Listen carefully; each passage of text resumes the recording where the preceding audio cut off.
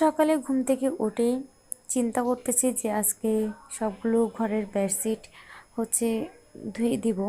তো ঘুম থেকে উঠে দেখি মা হচ্ছে রান্নাবান্না কমপ্লিট করে পূজা কমপ্লিট করে বাজারের দিকে গেছে। তো বড়মশাই এদিকে স্নান করতে গেছে, তারপর আমার জন্য নাস্তা আনবে বাহির থেকে।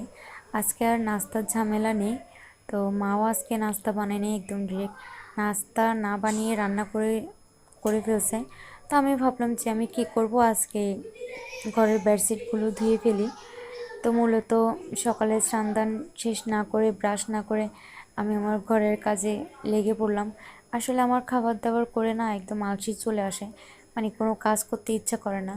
তো আমি ব্রাশ না করে হচ্ছে এমনি মুখটা ধুয়ে তারপর হচ্ছে আমি ঘরের কাজটা কমপ্লিট করে ফেলি। আর এদিকে সুপার কাভারগুলো একদম নষ্ট হয়ে যায়, তো যার কারণে আমি বেডশিট বিছিয়ে রাখি। এতে করে আমার খুব ভালো লাগে, আবার বিরক্ত লাগে, বারবার ঠিক করতে হয়। এদিকে আমার ভাইটা ঠিক করে দেয় না। তো এদিকে হচ্ছে আমি জানালাগুলো খুলে দিলাম আমার ভাইয়ের রুমে। ও এমন একটা অবস্থা, ঘুম থেকে উঠে চাকরিতে চলে যায়। তো এগুলো হচ্ছে ভিজা দিয়ে রাখছি গরম পানি দিয়ে। অনেকক্ষণ ভিজার পর আমি এগুলো ধুয়ে ফেলবো, তারপর স্নান দান করে আমি নিজেও ফ্রেশ হয়ে যাব।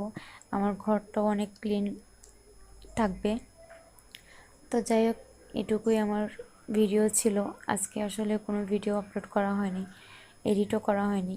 বড়মশাইয়ের সাথে ঝগড়া করতে করতেই শেষ, কী কাজ করবো আর কী এডিট করবো ভাবতে ভাবতেই শেষ। তো যাই হোক, আমি আবার ঠান্ডা পানি দিয়ে দিলাম। তো সবাই ভালো থাকবেন, সুস্থ থাকবেন।